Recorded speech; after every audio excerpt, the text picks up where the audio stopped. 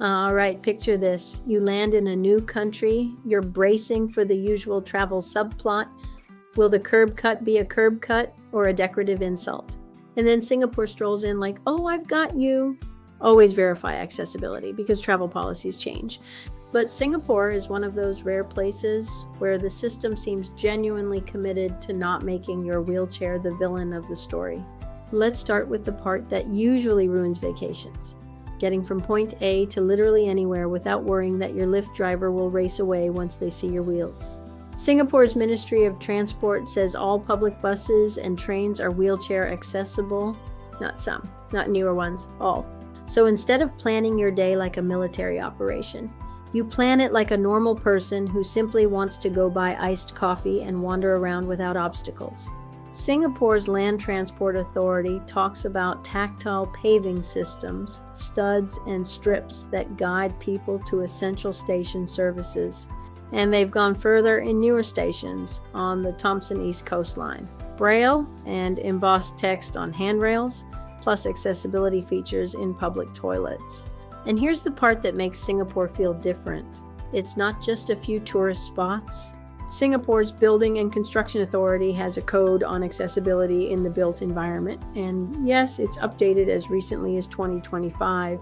There are actual standards for things like accessible passenger lifts with tactile, audio, and visual information, meaning accessibility isn't a mood, it's engineered. Which is how you get cities where step-free access isn't treated like a wish that never seems to happen for various made-up reasons.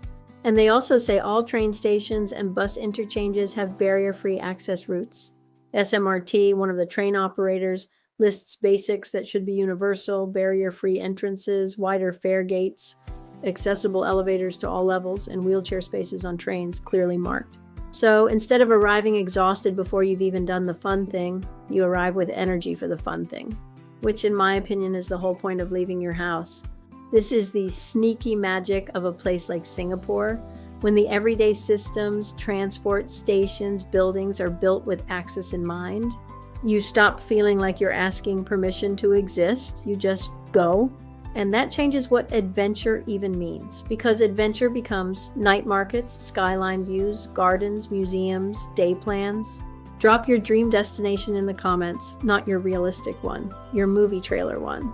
And if you've been somewhere that surprised you, a country, a city, an airport bathroom that made you emotional, tell me where. Because the point of this series is simple. You get to choose how you live your life. And I'm here to make sure you know your options exist. Singapore is proof. Now, where do we investigate next?